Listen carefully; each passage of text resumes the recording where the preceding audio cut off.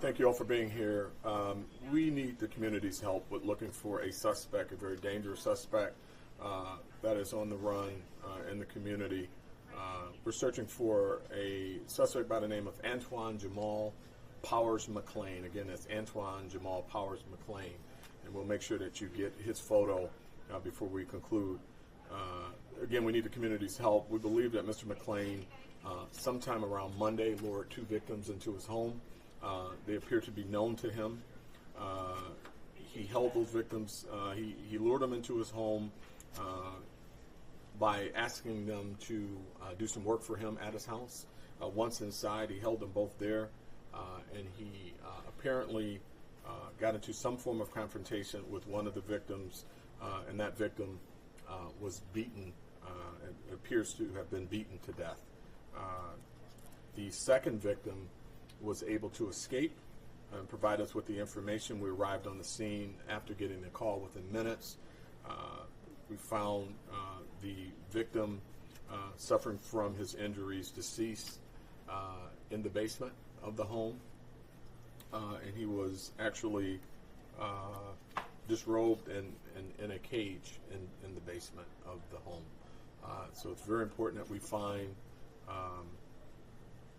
this perpetrator. This is obviously a very violent and unusual circumstance, and we need your help in getting this very violent person off the street. Again, it's Antoine Jamal Powers McClain. He is 5'9", 170 pounds, average build, and he has shoulder-length dreads. We have multiple pictures of the suspect.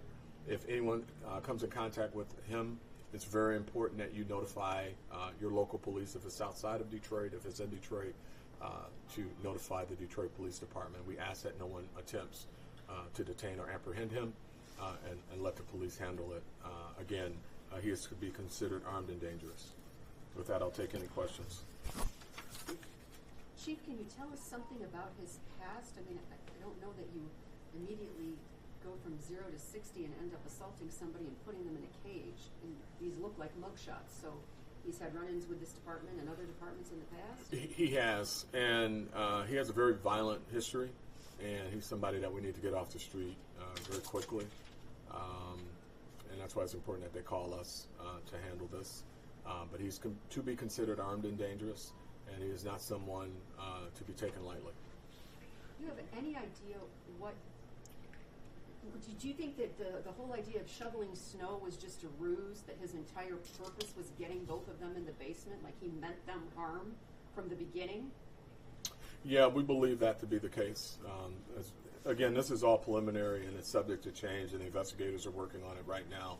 But what we know right now is that it was a ruse. It was just to get him into the home and to get them in a position where he could to do what he did. And as much as you can say, what was the cause of this animosity or ill will that he had against these two? Yeah, that's the one piece we're going to hold because we think it's very crucial to the investigation.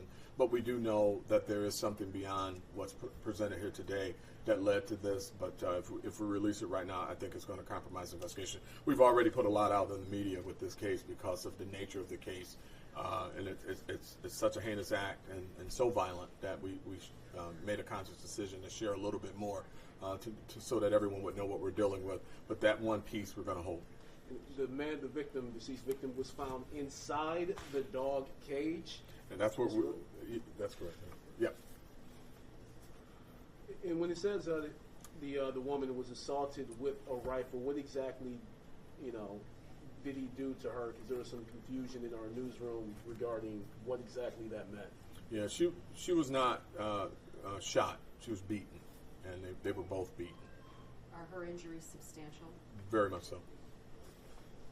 Chief, I have a question going back to the beginning. So these both victims, you said they went there to shovel. Do they do that for neighbors? Is it something they do, or was it random?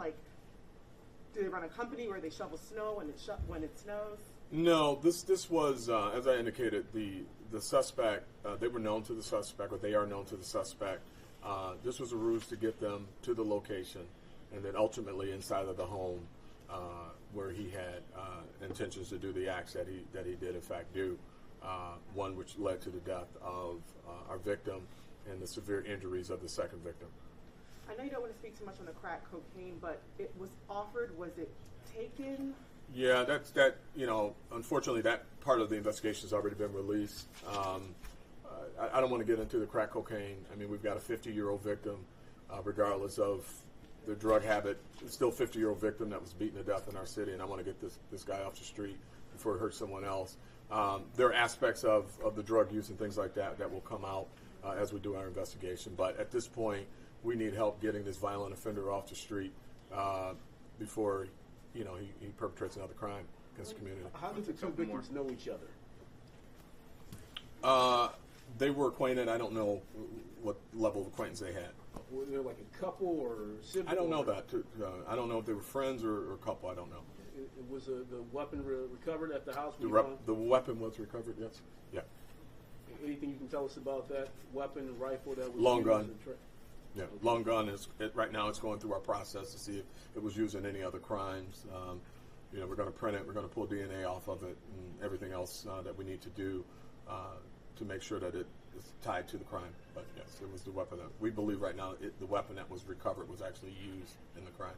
Go ahead. I just had any details on the escape, how she was able to remove herself from the car with this suspect in?